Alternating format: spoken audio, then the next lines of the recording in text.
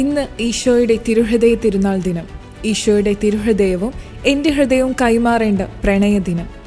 കത്തോലിക്ക സഭയുടെ Valentine's day ആണ് തിരുഹൃദയ തിരുനാൾ ദിനം.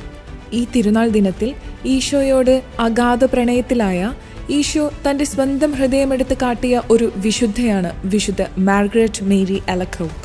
ഈശോയുടെ തിരുഹൃദയവുമായി ഏറെ അടുപ്പം പുലർത്തിയിരുന്ന വിശുദ്ധ മാർഗരറ്റിന് 1670 ഫ്രാൻസിൽ വിസിറ്റേഷൻ കോൺവെന്റിൽ വച്ചാണ് യേശുവിൻ്റെ ദർശനങ്ങൾ ലഭിച്ചിരുന്നത്. 1673 ഡിസംബറിൽ യേശുവിൻ്റെ ഹൃദയത്തിൽ തല ചായ്ക്കാൻ അനുവദിച്ചതായി അവൾ സാക്ഷ്യപ്പെടുത്തിയിരുന്നു. യേശുവിൻ്റെ സാന്നിധ്യത്തിൻ്റെ പ്രത്യേക ആശ്വാസവും സ്നേഹവും അവൾ അനുഭവിച്ചറിഞ്ഞപ്പോൾ യേശു അവളോട് ലോകത്തോടുള്ള തൻ്റെ നിസ്സീമമായ സ്നേഹത്തെക്കുറിച്ച് സംസാരിച്ചു. മനുഷ്യരാശിയോടുള്ള തൻ്റെ സ്നേഹവും നന്മയും തുറന്നു കാണിക്കാൻ അവളെ തിരഞ്ഞെടുക്കുകയും ചെയ്തു. 1674 തൻ്റെ ജീവൻ തുടിക്കുന്ന തിരുഹൃദയം ബഹുമാനിക്കപ്പെടാൻ താൻ ആഗ്രഹിക്കുന്നുവെന്ന് യേശു വെളിപ്പെടുത്തിയതായി വിശുദ്ധ മാർഗരറ്റ് മേരി പറഞ്ഞു. അവൾ ഈശോയെ വിശുദ്ധ കുർബാനയിൽ സ്വീകരിക്കാൻ പ്രത്യേകിച്ച് എല്ലാ മാസത്തിലെയും ആദ്യ വെള്ളിയാഴ്ചകളിൽ ആരാധനയ്ക്കായി കുറച്ചു സമയം ചിലവഴിക്കണമെന്നും വിശ്വാസികളോട് ആവശ്യപ്പെട്ടു.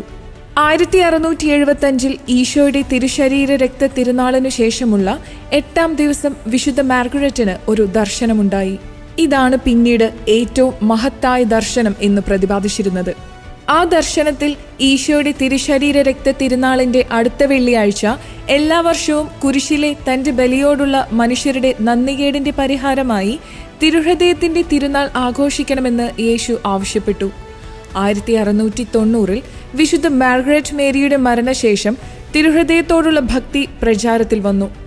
ഏതൊരു ദർശനവും അംഗീകരിക്കുന്നതിനു വേണ്ടി നിരവധി നിയമങ്ങൾ സഭയിൽ നിലനിൽക്കുന്നതിനാൽ 1765 വരെ ഫ്രാൻസിലുടനീളം ഈ തിരുഹൃദയ തിരുനാൾ ഔദ്യോഗികമായി ആഘോഷിച്ചിരുന്നില്ല.